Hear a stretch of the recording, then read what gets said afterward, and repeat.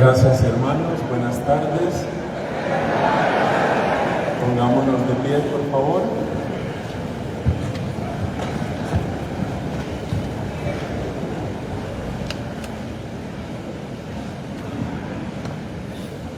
Unámonos al corazón de Jesús en oración. Padre nuestro que estás en el cielo, santificado sea tu nombre. Venga a nosotros tu reino. Hágase tu voluntad en la tierra como en el cielo. Danos hoy nuestro pan de cada día. Perdona nuestras ofensas, como también nosotros perdonamos a los que nos ofenden. No nos dejes caer en la tentación y líbranos del mal. En el nombre del Padre, y del Hijo, y del Espíritu Santo. Amén. Siéntense, por favor.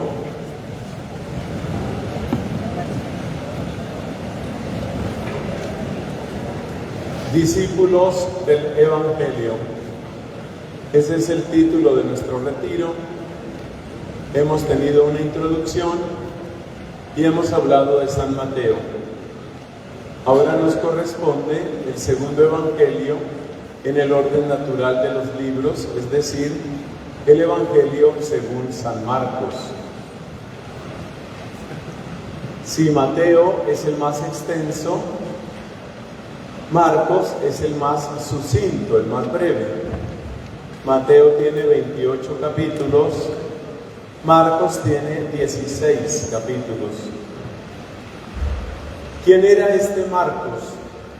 Por el libro de los Hechos de los Apóstoles sabemos que tenía otro nombre, él se llamaba Juan Marcos. Y sabemos que fue discípulo primero del apóstol San Pablo y le acompañó en una parte de sus viajes, y después fue el discípulo y muy cercano a San Pedro, hasta el punto que algunos autores dicen que el Evangelio según San Marcos en realidad lo que hace es recoger los recuerdos más preciosos del mismo apóstol Pedro. Marcos no pertenece al grupo de los apóstoles, y sin embargo, pues tuvo esa enorme bendición de estar cerca de dos de los apóstoles, y podríamos en cierto sentido decir los dos más grandes, San Pedro y San Pablo. Primero con Pablo en sus viajes y después con Pedro, seguramente en la ciudad de Roma. Ese es Marcos. ¿Qué podemos aprender del Evangelio de Marcos? Vamos a comentar dos grandes enseñanzas que él nos deja y luego vamos a señalar algunas particularidades, algunos elementos singulares que tiene este Evangelio y que indudablemente no solo lo hacen único, sino que también tienen nuevas enseñanzas para nosotros. Primera gran enseñanza que nos deja Marcos. Decíamos que Mateo hace énfasis en las palabras de Cristo. Nos presenta a Cristo como un gran maestro.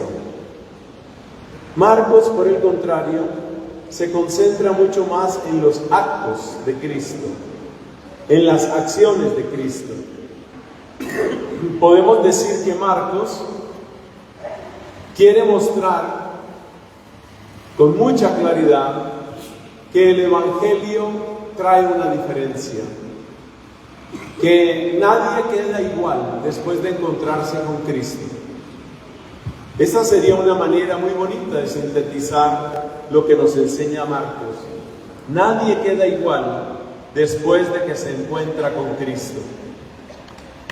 Y por eso Marcos nos muestra a Cristo en acción.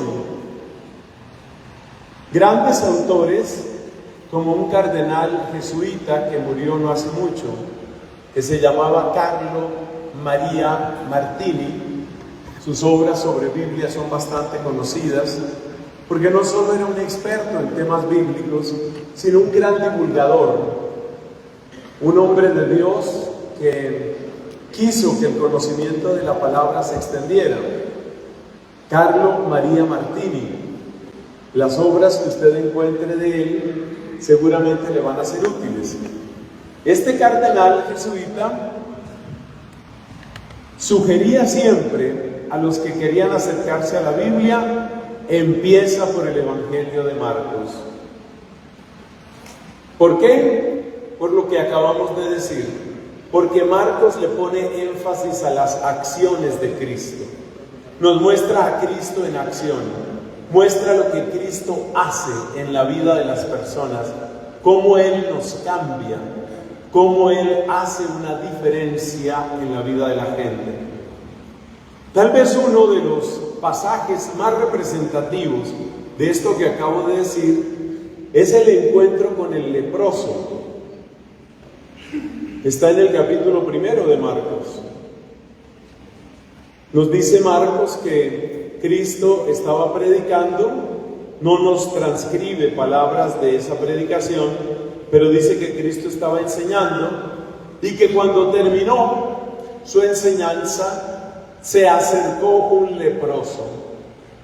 Yo voy a detenerme unos momentos, unos minutos en esa escena del leproso que está prácticamente al comienzo de Marcos, porque considero que es muy representativa del estilo de este evangelista y es muy representativo de lo que hemos dicho, cómo Cristo hace una diferencia. ¿En qué consiste esta escena del leproso? Cristo predica, termina su predicación, un leproso se acerca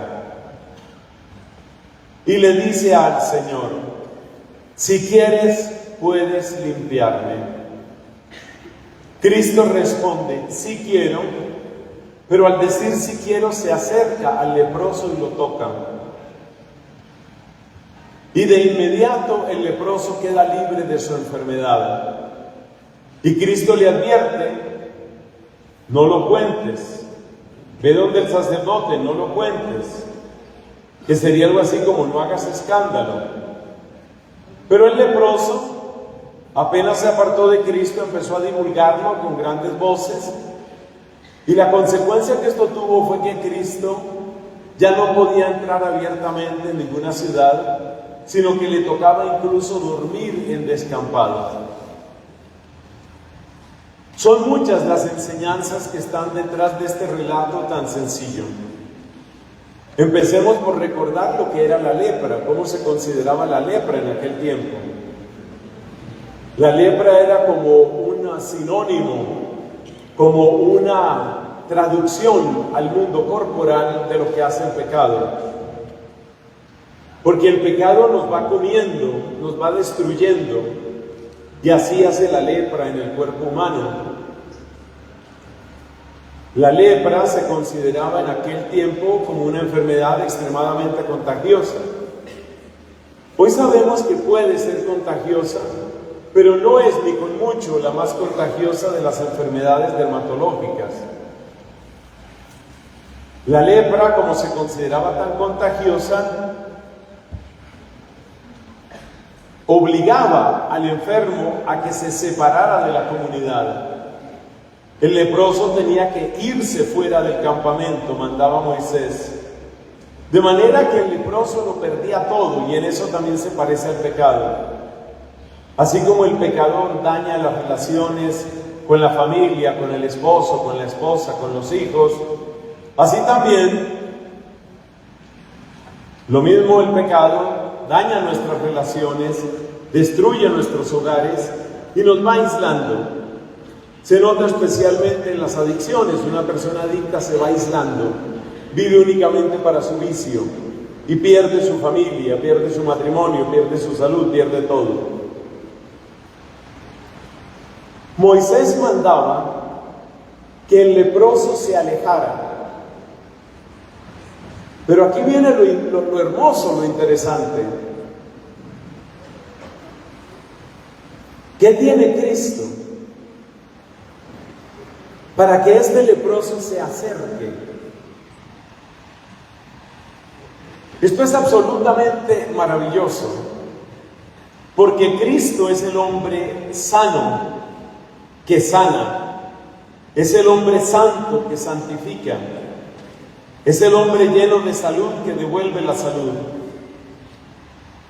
En Cristo habita toda la pureza y toda la santidad, pero no es una santidad que espanta y que aleja, sino una santidad que invita y que acoge. Y esa es una tremenda lección para nosotros. La verdadera santidad no espanta ni aleja, sino que atrae, invita, acoge. Los fariseos buscaban una especie de santidad, pero era una santidad en la distancia.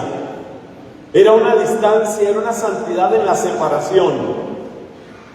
Enfatizaban todo el tiempo en cómo ellos eran los buenos y los demás eran los malos.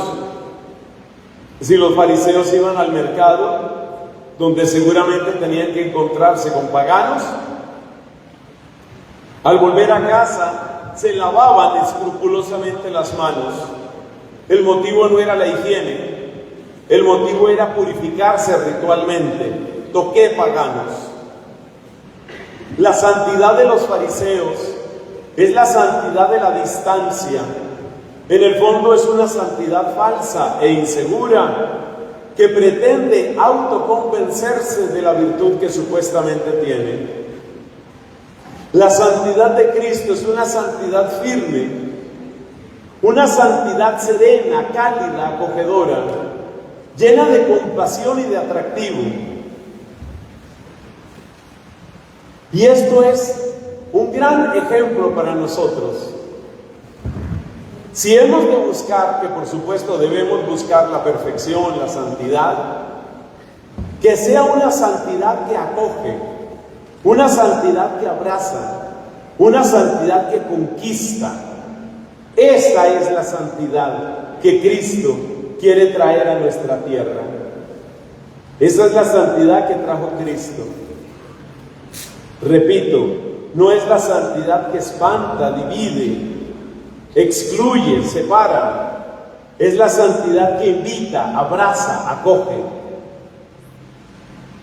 A veces uno se encuentra con personas que son muy inteligentes, pero en su inteligencia hay como un toque de arrogancia y eso hace que los sintamos lejanos. A veces nos hemos encontrado con personas que tienen mucho poder por los cargos que ocupan en el gobierno, por los oficios o los lugares que tienen en sus empresas, gente muy poderosa. Y la gente poderosa vive rodeada de anillos de seguridad y de muchos escoltas, y hay una gran distancia. Y hay también personas que se consideran moralmente muy limpias, y entonces se mantienen alejadas de los demás, se aíslan, se separan. Primer punto importantísimo en esa escena del leproso. Cristo es una perfección que no asusta, es una santidad que invita, es una pureza que abraza, que acoge. No es la única escena del Evangelio donde vemos a Cristo atrayendo a los enfermos, a los pecadores, a los excluidos. La bondad cálida de Cristo, que lo hace tan cercano al Padre Celestial, no lo hace lejano de nosotros los pecadores. Y por eso hemos de pedirle a Cristo, es la primera lección que quiero sacar de este pasaje, que nos dé una mansedumbre, una ternura, una capacidad de acogida, para que todos, no importa cuál sea su condición, se sientan invitados hacia Cristo. Que están viviendo mal, que están metidos en negocios sucios, que han llevado una vida escandalosa, que tienen una orientación sexual torcida. Todos deben sentirse invitados, pero que no se nos olvide algo que enfatizaremos en esta predicación y en la siguiente. Invitar al pecador no es para que se quede como pecador. Por eso mi frase favorita es: Cristo me acepta como soy, pero no me deja donde estoy. Y así tenemos que ser nosotros.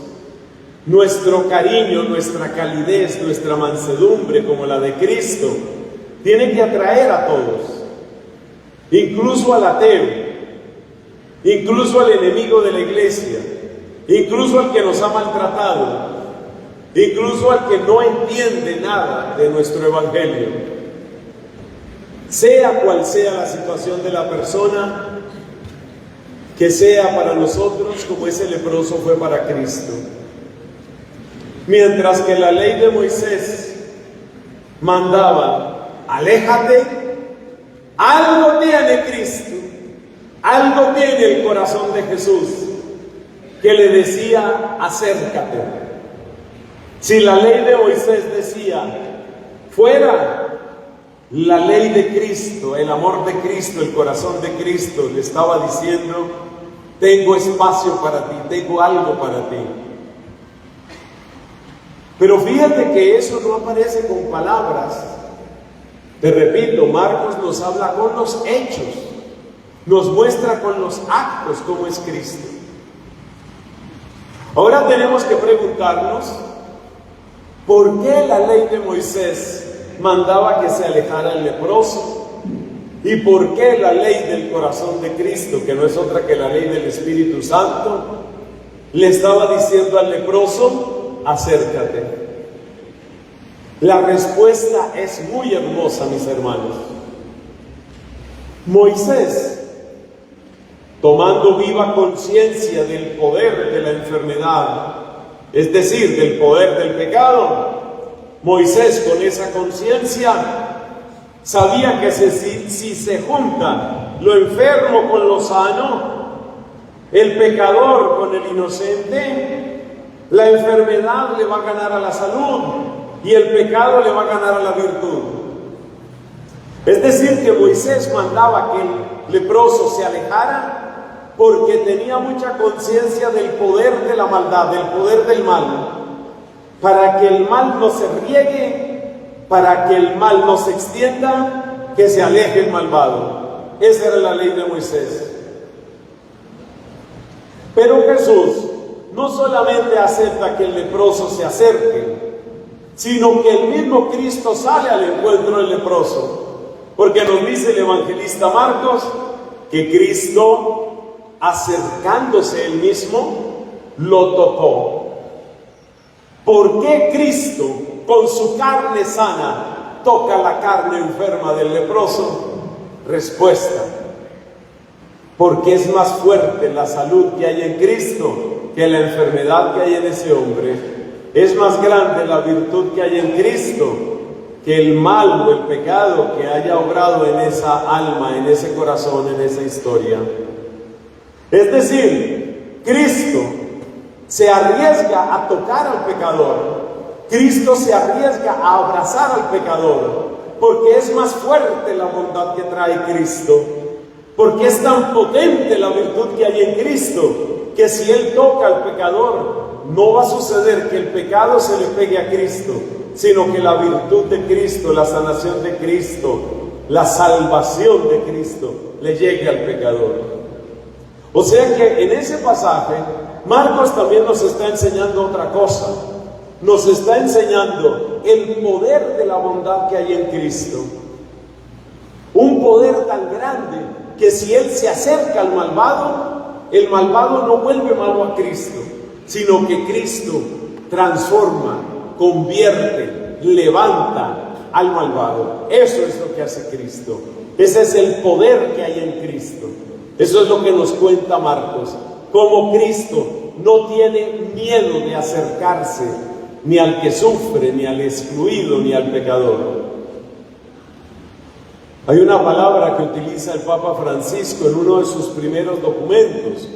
Sabemos que hace poco ha cumplido 12 años de este servicio en la sede de Pedro. Pero hay una palabra que yo nunca había leído en ningún documento de ningún Papa. Seguramente me falta leer mucho. Dice el Papa Francisco en su carta sobre el gozo del Evangelio, dice: Dios no tiene asco de nosotros. Dios no tiene asco de nosotros. Y eso se refleja especialmente en este pasaje. Hermanos, qué importante que es esto. Porque una de las consecuencias que tiene el pecado en la vida humana es la autoexclusión.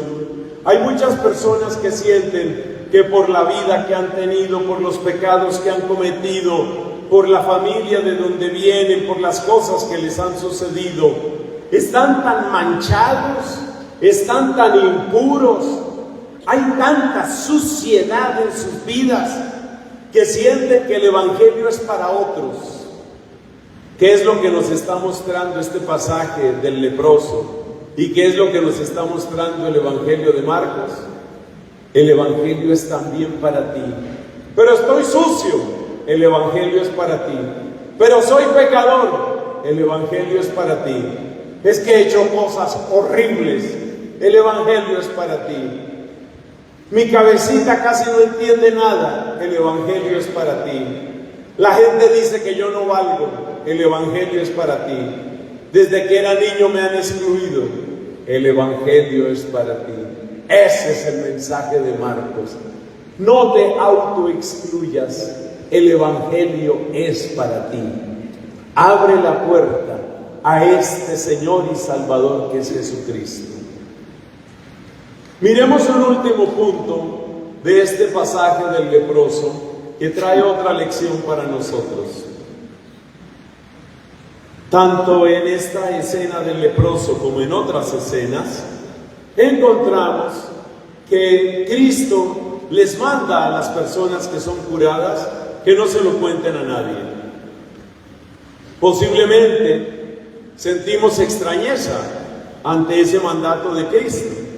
¿Por qué les dice eso? Que no se lo cuenten a nadie. Uno puede pensar que humanamente hablando es muy difícil cumplir con esa orden. Imagínate una persona como ese leproso, una persona que estaba excluida, sin esposa, sin familia, sin trabajo, sin amigos, y de repente Cristo le cambia todo. Le devuelve la vida, le devuelve la dignidad, le devuelve la familia. Y Cristo, sin embargo, le dice que no lo comente con nadie. ¿Por qué? Bueno, los estudiosos de la Biblia se han hecho esa pregunta muchas veces y han llegado a distintas conclusiones. Yo les quiero contar la que me parece más convincente, más luminosa. Cuando Dios nos hace un milagro, en realidad nos hace dos. Por ejemplo, una persona está enferma. Cristo cura a esa persona. Ahí ha sucedido un milagro, pero en realidad han sucedido dos. El primer milagro lo vamos a llamar el milagro externo. El milagro externo es: yo era ciego y ahora veo. El milagro externo es: yo era leproso y he quedado limpio. El milagro externo es lo que le sucedió a aquella mujer. Yo tenía un flujo de sangre espantoso y he quedado sana. Ese es el milagro externo.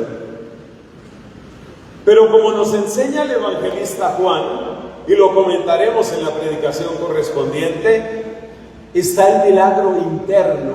¿Y el milagro interno cuál es? El milagro interno es el significado de lo que Dios ha hecho con ese milagro. Es decir, ese milagro en sí mismo es una obra prodigiosa, pero es una obra prodigiosa que quiere llevarte a una comprensión mayor de quién es Dios, que quiere establecer una relación nueva entre Dios y tú. Ese es el milagro interno. El milagro interno es la comprensión que tú tomas, por ejemplo, de esto. Yo era sordo, el Señor me ha curado el oído. ¿Para qué me ha curado el oído el Señor? Ante todo para una cosa: para que yo escuche su palabra. Yo era ciego, el Señor me ha devuelto la vista. ¿Para qué me ha devuelto la vista? Para que yo contemple sus maravillas, para que yo vea la necesidad de mis hermanos, para que yo vea las señales de afecto que encuentro en mi prójimo y en Dios mismo. O sea que el milagro interno es el significado del milagro externo. El evangelista que más enfatiza esto es San Juan. Por eso San Juan no utiliza prácticamente la palabra milagro. San Juan utiliza la palabra signo. Por ejemplo, en Caná dice, capítulo 2 de San Juan dice, este fue el primero de los signos que Dios hizo, que Cristo hizo. Entonces, el milagro externo es me curé, pero el milagro interno es ¿qué cambia en mí con esta curación? Porque Dios no quiere detenerse en lo externo. Dios quiere que haya un cambio interno. Te sanó de los ojos, pues ahora que tengas una sanación de la ceguera espiritual. Estabas paralítico, te ha sanado, qué hermoso. Pero ese milagro externo va unido a un milagro interno. ¿Qué quiere el Señor con esta sanación? El Señor quiere que yo ahora recorra sus caminos. El Señor quiere que yo lleve su palabra. El Señor quiere que yo sea su enviado. Una vez que uno entiende que los milagros tienen esa dimensión externa e interna, entonces uno comprende por qué Jesús muchas veces le mandaba a la gente que se callara. Ese silencio no era para ocultar la obra de Dios, era para profundizar lo que Dios ha hecho por ti. A mí me gusta decir a este respecto que Cristo nuestro Señor curaba a la gente y la mandaba a retiro. Como quien dice, te curé tu ceguera, hazte un retiro espiritual. ¿Para qué? Para que descubras el milagro interno, para que descubras el sentido profundo de lo que has recibido, para que entres en ti mismo y percibas la riqueza del amor que Dios te ha mostrado. ¿Y esto cómo se traduce en nosotros? Esto se traduce en que cada uno de nosotros de alguna manera es testigo de un milagro. Cada uno de nosotros es un milagro. Si ustedes miran lo que sucede en un retiro de Juan 23, realmente son milagros. Y muchos de los que están aquí y que hoy están sentados aquí son milagros caminando, milagros vivientes. Porque Dios te cambió. Y hubo un momento en el que nadie daba 2 centavos. No daba 2 centavos por tu fe. Y sin embargo, Dios lo hizo. Por eso, nosotros tenemos que ser, y aquí cierro la primera parte de San Marcos, nosotros tenemos que ser hombres y mujeres de vida interior. Hombres y mujeres que perciben lo que Dios ha hecho. Mira lo que Dios ha hecho por ti. Percíbelo, agradécelo, disfrútalo. Solamente desde esa rica vida interior, tus palabras tendrán un efecto. Porque el milagro exterior incluso lo pueden replicar otras obras. Si miramos, por ejemplo, los tremendos avances de la medicina, hay muchas cosas que hoy hace la medicina que son como milagros. Mi papá, por ejemplo, bastantes años atrás, él tenía un problema en la parte inferior de su columna, la parte lumbar. Al principio se pensó que era como una hernia discal, los discos de la columna vertebral. Se pensó que era una hernia. Después se vio que era un problema distinto, pero que sí implicaba una deformación de su columna. Eso pasó hace tantos años y yo, sin embargo, me acuerdo de cuando mi papá padecía esos dolores.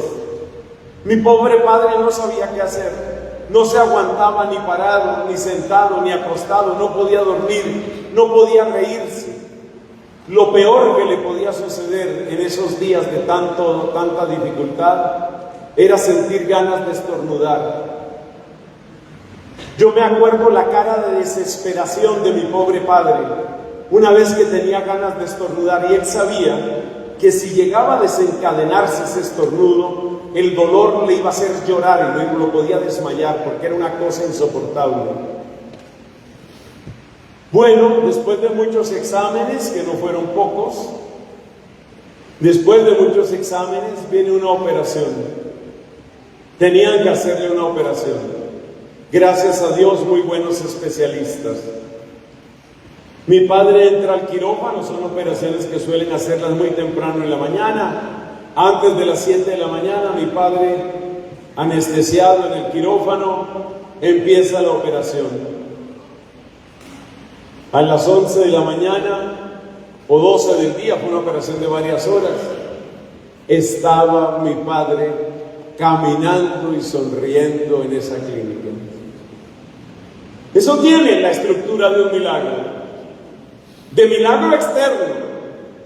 El milagro externo en parte lo puede replicar la medicina o la puede replicar la ciencia algunas veces. Es que han logrado cosas impresionantes. Han logrado, por ejemplo, que niños que tenían problemas auditivos severos y que prácticamente no lograban oír nada, logren oír. Yo no sé si ustedes han visto videos de niños que han tenido deformaciones del globo ocular muy serias y no podían ver prácticamente nada. Y filman en el video el momento en el que le ponen unas gafas correctivas al niño. Miren esos videos, uno se muere de ternura ver estos bebecitos que no podían ver nada y le ponen unas gafas correctivas y empiezan a mirar el mundo y empiezan a alegrarse.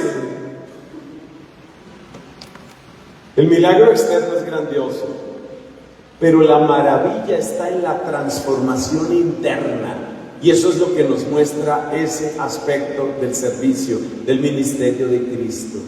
Cristo quiere que seamos gente que tiene conciencia de lo que Dios ha hecho por ellos. Cuando yo entré a los grupos de oración, después de una conversión a la que me fue llevando Cristo y su Madre Santísima, recuerdo muy bien la primera vez que yo lloré con una canción religiosa. Nunca yo lo había hecho. Era una canción carismática, porque en mi caso fueron muy importantes los grupos de la renovación carismática. Una canción carismática que dice así: si no hubiera sido por el Señor, si no hubiera sido por el Señor, mi alma se hubiera perdido. Si no hubiera sido por el Señor, mi alma se hubiera perdido. Si no hubiera sido por el Señor.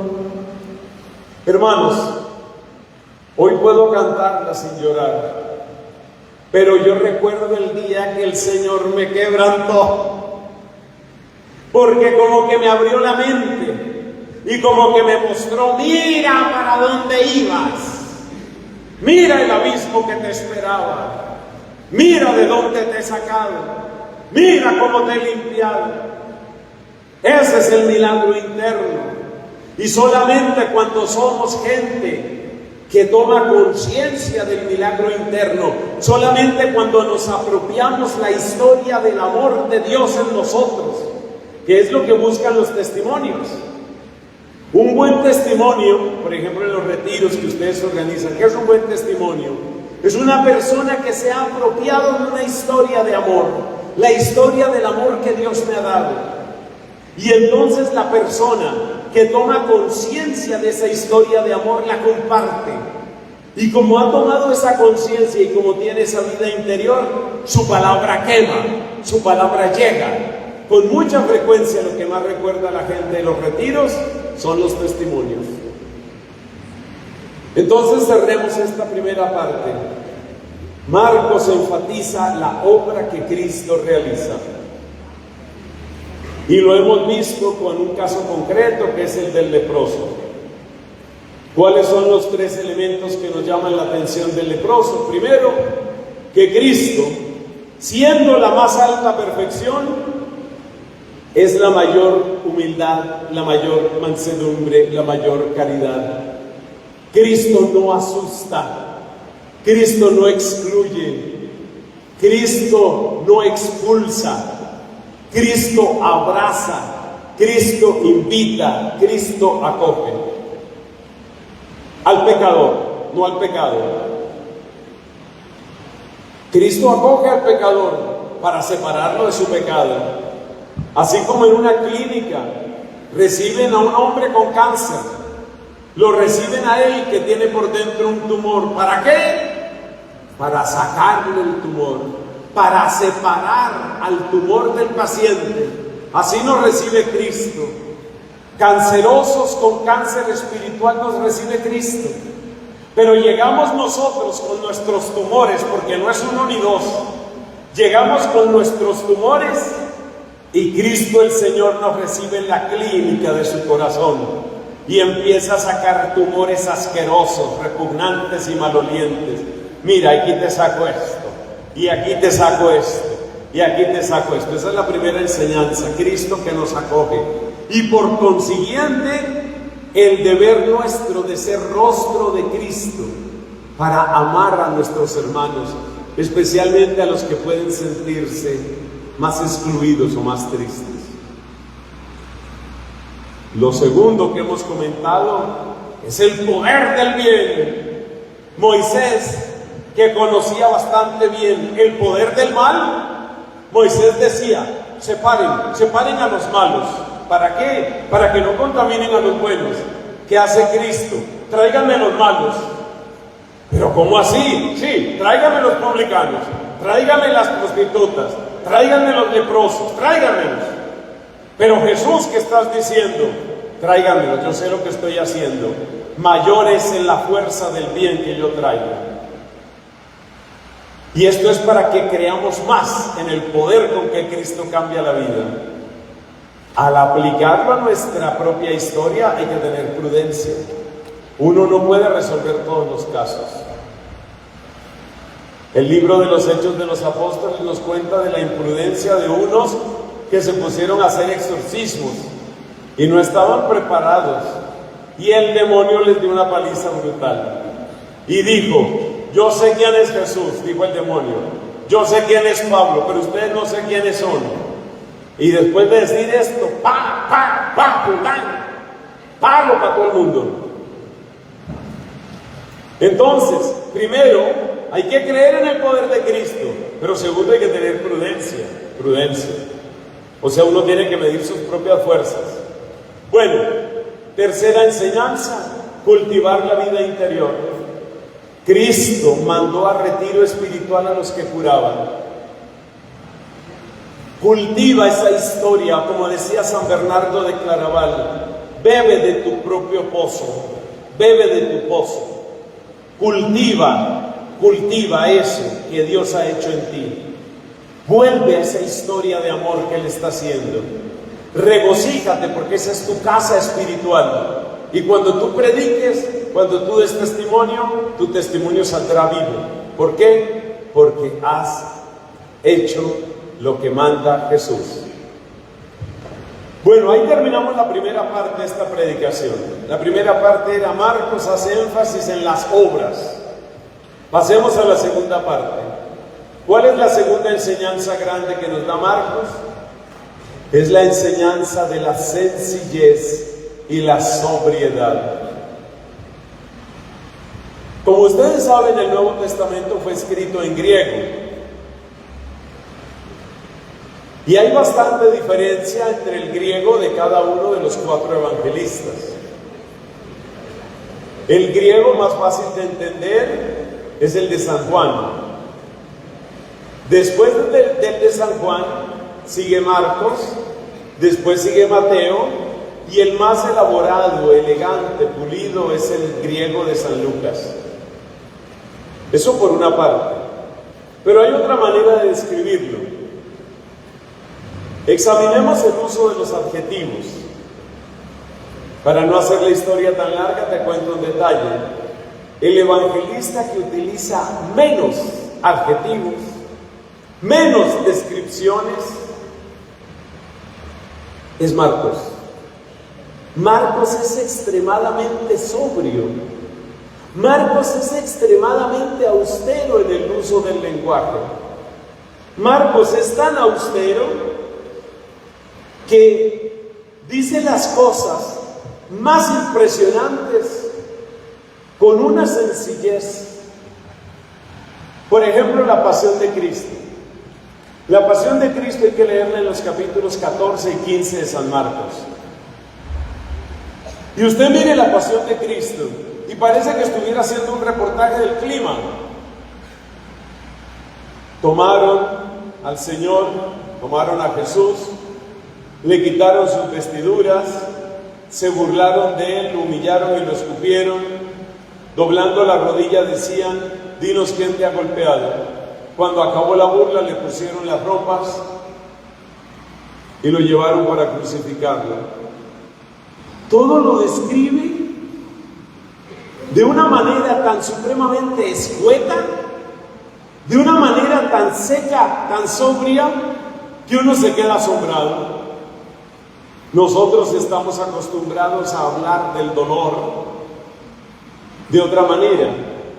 Si nos hubieran puesto a nosotros a escribir los evangelios, yo me imagino lo que diríamos: con infinita crueldad y con sevicia manifiesta cayeron sobre el inocente cordero, y después de golpearlo horriblemente y de destrozar sus carnes sin ninguna misericordia. Ese es el estilo nuestro y es el estilo de mucha gente. Marcos es al contrario. Como decía el cardenal Martini, Marcos se concentra tanto en lo que sucedió, en lo que se hizo, que no le agrega ni descripciones, ni emociones, ni adjetivos. Y ustedes dirán: ¿y eso es una cualidad? Sí, es una cualidad. Y es una cualidad por dos razones. Primera, la extremada sencillez del relato de Marcos irradia sinceridad, destila sinceridad.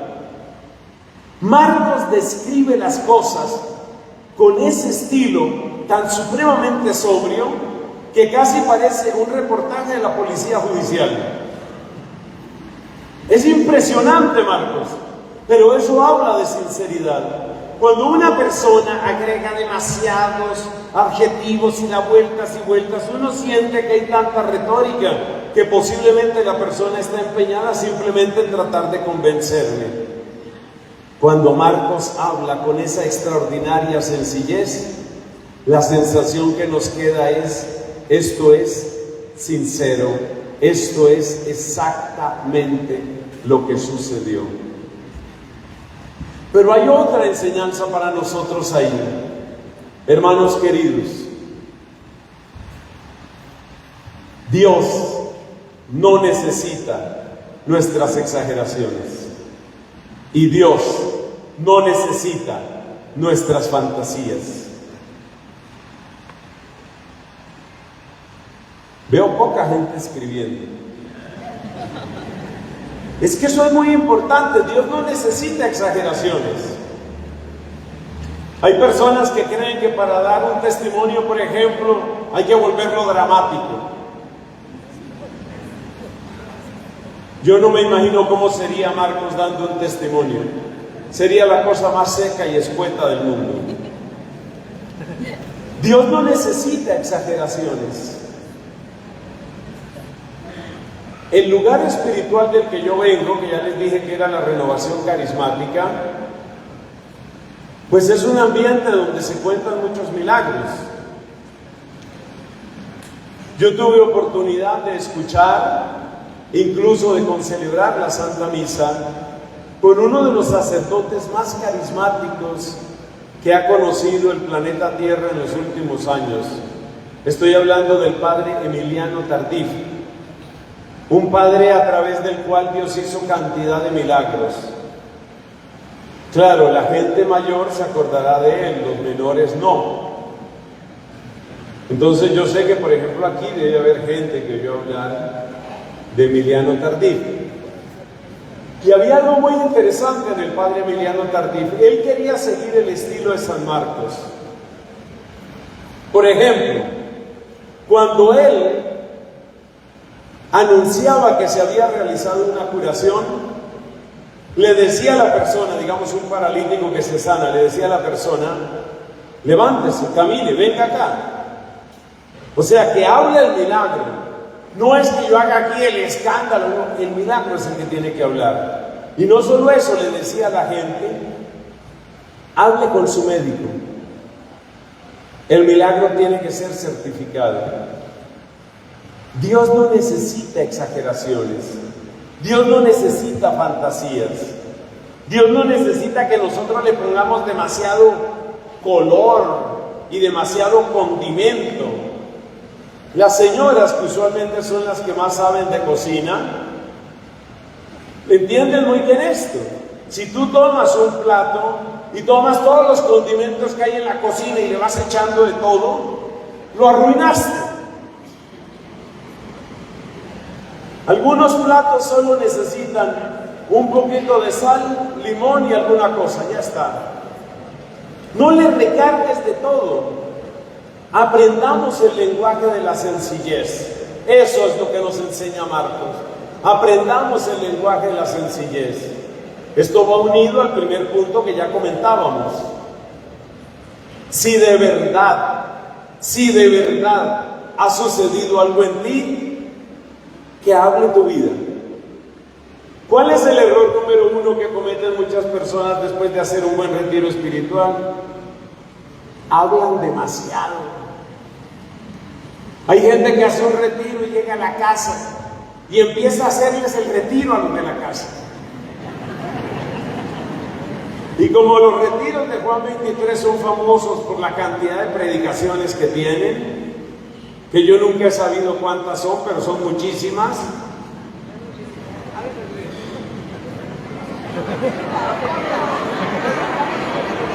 ¿Cierto que son bastantes? No oigo.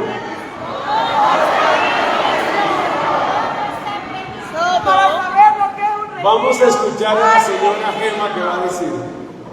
Todo está previsto. Todo está previsto. Todo está previsto.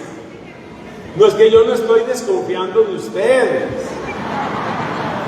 Yo no les voy a cambiar su metodología. Yo lo que digo es que la gente sale de las 800 predicaciones y llegan a la casa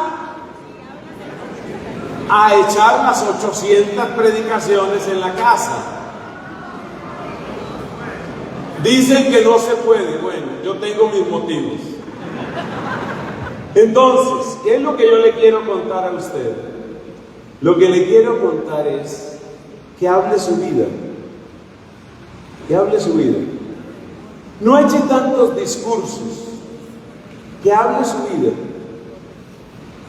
Deje que tenga poder la pregunta. ¿Sabía usted que se evangeliza más con preguntas que con respuestas? ¿Sabía usted que las preguntas que tienen más poder son las que uno no pronuncia? Escriba eso, señora, usted que es mi consuelo, escriba eso.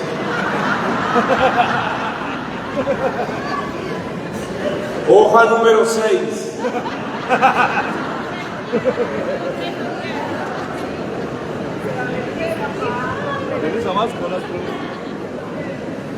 ¿Sabía usted que se evangeliza más con las preguntas que con las respuestas?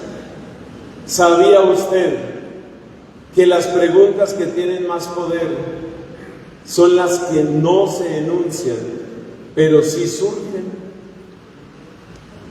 Esa era la metodología de Madre Teresa, que sin duda amaba mucho el Evangelio de Marcos. ¿Por qué?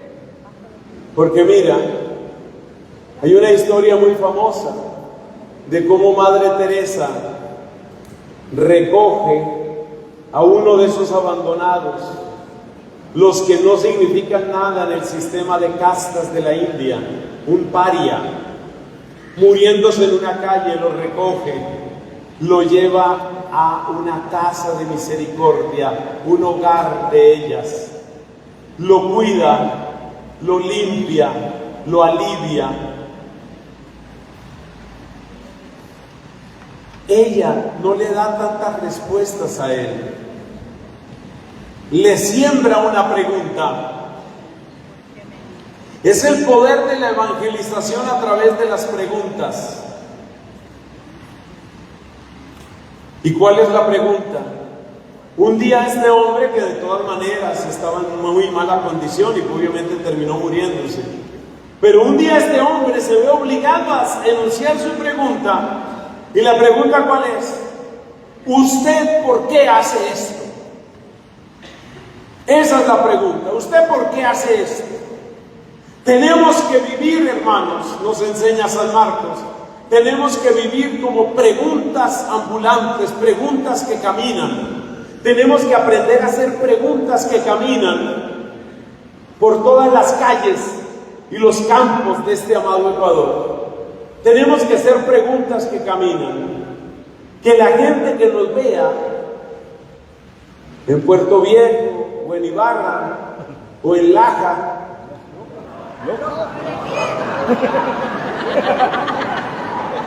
Loja, ¿dónde más?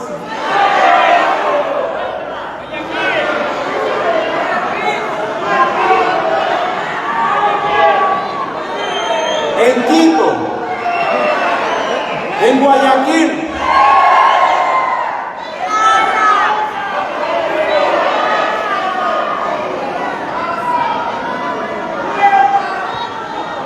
allá también.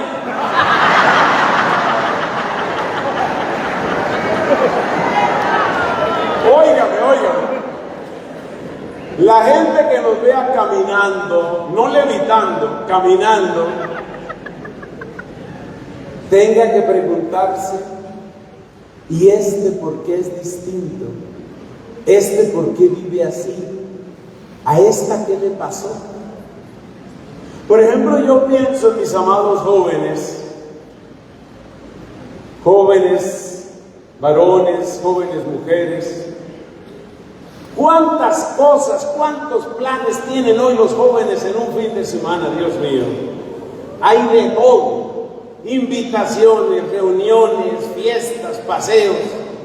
Y yo veo por aquí algunos jóvenes, otros no tan jóvenes, más o menos jóvenes. Yo veo a estos jóvenes y ahí es donde está la pregunta. Es muy importante que tú, que vives tu juventud con plena fe en Cristo, te conviertas en una pregunta. Pero te voy a contar algo muy importante, y aquí quiero hablar especialmente a los jóvenes.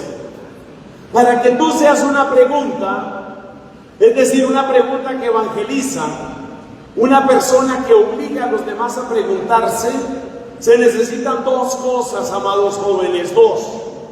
La primera, que seas constante y coherente, eso es lo primero.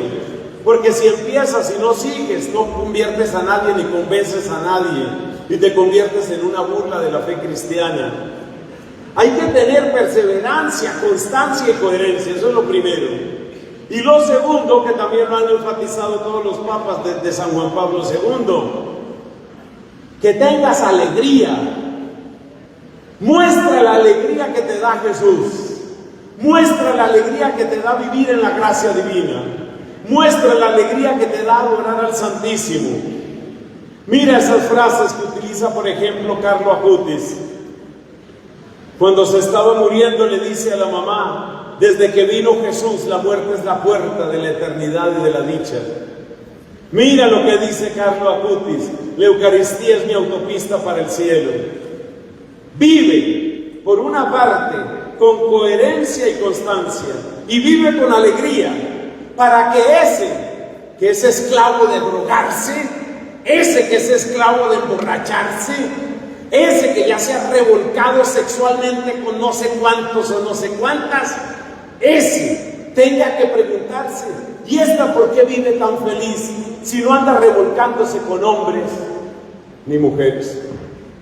¿Esta por qué vive tan feliz si no se emborracha ni se droga? ¿Esta por qué vive tan feliz? Esa es la pregunta que tenemos que llevar, y eso es lo que nos enseña San Marcos, que tenemos que ser preguntas vivas. No le pongamos tanta retórica a las cosas, que sea tu vida el lenguaje. Pero para eso recuerda que se necesitan las dos condiciones: por una parte constancia y coherencia, y por otra parte alegría. No se puede evangelizar sin alegría. Es indispensable que tengas la alegría, que no la tienes que inventar, que no la tienes que fingir. Simplemente deja que fluya. Deja que fluya esa alegría que te da saberte amada, saberte amado por el Señor. Entonces, ¿qué nos enseña la sencillez de Marcos? Nos enseña que tienen que hablar nuestras obras. Nos enseña que tenemos que hacer preguntas vivas, y nos enseña que tenemos que vivir en la coherencia y la constancia y en la alegría, hasta que la gente diga: es que no entiendo cómo es que vives tú. Me contaba un misionero, un dominico misionero en Taiwán, me contaba que uno de los habitantes del lugar, que estaba acostumbrado a fumar mucho y a beber mucho, le hacía todo un interrogatorio al sacerdote: usted no tiene mujer, ¿verdad? No, no tengo mujer. Y usted no fuma ni se emborracha. ¿Usted cómo vive? Eso es evangelizar. Porque si tú empiezas a vivir de tal manera que la gente tenga que preguntarse: ¿usted cómo vive? Ahí está listo el terreno para que caiga la semilla de la palabra. Quiero recordarles, para terminar, algunos aspectos que son únicos en el Evangelio de Marcos. Cosas que solo nos cuenta San Marcos. Hay una parábola en el Evangelio de Marcos que no está en ninguna otra parte en la Biblia. Es la parábola de la semilla que va creciendo aunque no entendamos cómo. Esa parábola solo la tiene Marcos. Y para muchos teólogos, esa parábola es la descripción de la obra secreta de la gracia que sigue trabajando en nosotros más allá de nuestro espacio de percepción y razonamiento. Esa parábola solo la tiene Marcos. Es la parábola de la eficacia de la gracia. Básicamente lo que nos enseña es: Dios no tiene que explicar todo lo que va a hacer en ti. Como un cirujano que por supuesto te dice cuál es la operación que te va a hacer, pero el cirujano finalmente tiene que tomar tantas decisiones y resolver tantas cosas que no es el poder de su explicación, sino la destreza de su ciencia y de sus manos la que te conduce a la salud. Dios no tiene que explicártelo todo. Él lleva el timón, Él lleva la nave, Él es el que sabe. Bueno, ese es un texto que es único de Marcos. Otro texto que es único de Marcos es que cuando Jesús se acerca a su pasión, suelta esta frase, que es una gran enseñanza para nosotros. Les dice a los apóstoles: todos ustedes se van a ir y me van a abandonar, pero no estoy solo, el Padre está conmigo. Esa frase solo la tiene Marcos. Y es otra gran enseñanza, especialmente cuando uno pasa por momentos de dificultad. Cuando uno siente que lo han abandonado, que le han dado la espalda, Con esa frase nos está enseñando Cristo, y nos está enseñando Cristo a través de este evangelista, nos está enseñando en dónde está nuestra verdadera compañía, en dónde está nuestro verdadero soporte. Hay hermanos magníficos, hay hermanas magníficas, pero todos los seres humanos podemos fallar. Un día tal vez te puedas decepcionar de ese hermano que siempre admiraste y que consideraste que era el mejor testimonio de lo que es el movimiento Juan 23. Un día tal vez te puedes decepcionar de ese sacerdote que tú lo tenías prácticamente como un santo.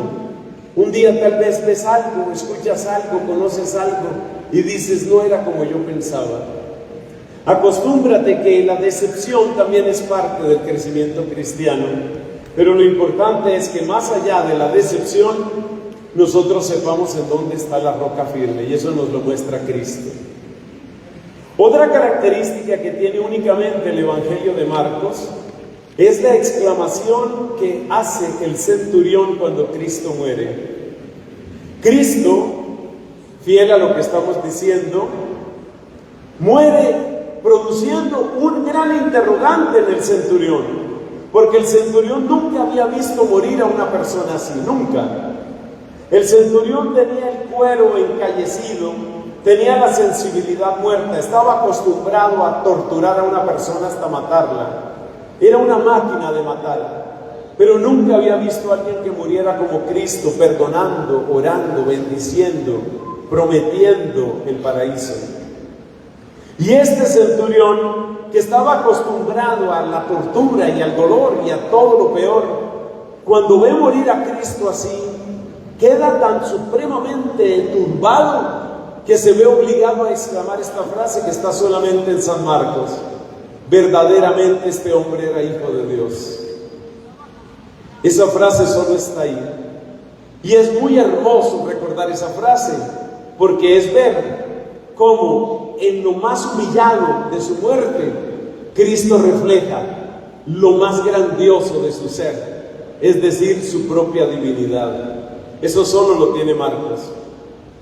Y el último elemento con el que terminamos esta predicación, el último elemento es que tanto Mateo como Marcos hablan de la misión que deben tener los apóstoles. Mateo describe esa misión diciendo: vayan a todas las naciones. Marcos lo amplía: vayan a toda la creación. Esa frase medio misteriosa, esa frase que hay que evangelizar a toda la creación, la tiene solamente San Marcos. Es la cuarta la cuarta peculiaridad de San Marcos que les quería contar. Y es muy hermoso porque por una parte nos hace recordar santos tan queridos como San Francisco de Asís, que una vez le predicó unas aves, o San Antonio de Padua, que una vez le predicó unos peces. Pero además es hermoso porque nos conecta con Romanos capítulo 8, cuando dice San Pablo: la creación entera está expectante, aguardando la manifestación de los hijos de Dios. O sea que en ese punto, que es muy peculiar, que es único de San Marcos, se nos está recordando que el Evangelio no solamente salva a las personas, sino que de alguna manera devuelve el orden entero a la creación. El plan original de Dios para la creación se rescata a través del Evangelio. Pongámonos de pies, por favor. Gracias por su benevolencia conmigo, no solamente escuchando esta predicación en una hora que no era tan fácil, sino también porque me equivoco al decir las ciudades de Ecuador. Hagamos oración. Pidamos al Señor las virtudes del Evangelio de Marcos. Ven, Señor, con el poder de tu Divino Espíritu. Ven, Señor, a enseñarnos. Enséñanos a hablar con nuestra vida. Enséñanos, Señor,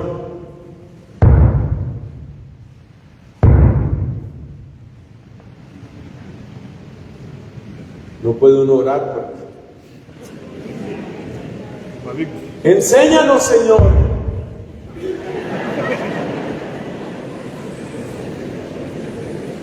¿Cómo se organiza una consola?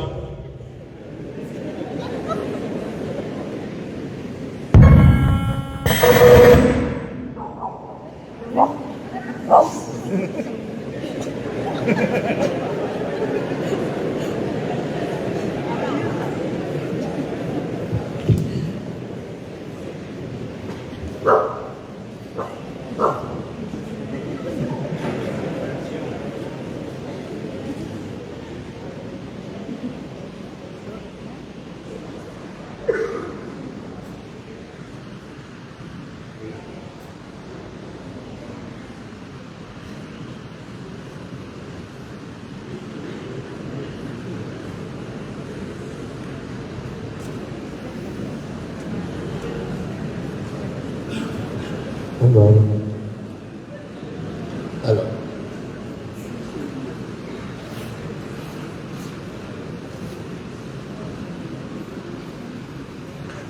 Sí, sí.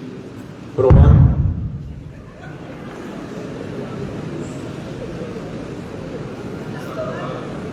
Yo sé lo que voy a hacer. Vamos a pedir la ayuda de San Vicente Ferrer, que le da poder a la voz, porque no nos vamos a quedar sin orar.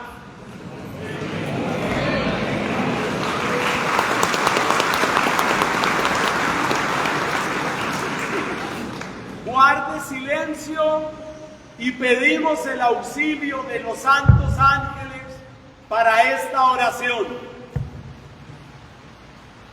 Ven con tu poder, Señor. Ven con tu poder, Señor. Transforma nuestros corazones. Transforma nuestros corazones. Haz que hablen nuestras vidas. Haz que hablen nuestras vidas. Más fuerte que nuestras palabras. Más fuerte que nuestras palabras. Danos la escucha del Maestro. Danos la escucha del Maestro. Y la obediencia a nuestro Señor y Salvador. Y la obediencia a nuestro Señor y Salvador. Amén. Amén. ¡Viva Cristo Rey! ¡Que viva Cristo! Los voy a bendecir. El Señor esté con ustedes. Y con tu espíritu. La bendición de Dios Padre, Hijo y Espíritu Santo descienda sobre ustedes y los acompañe siempre. Amén. Entramos a un breve receso. Hola. Hola, ahora sí.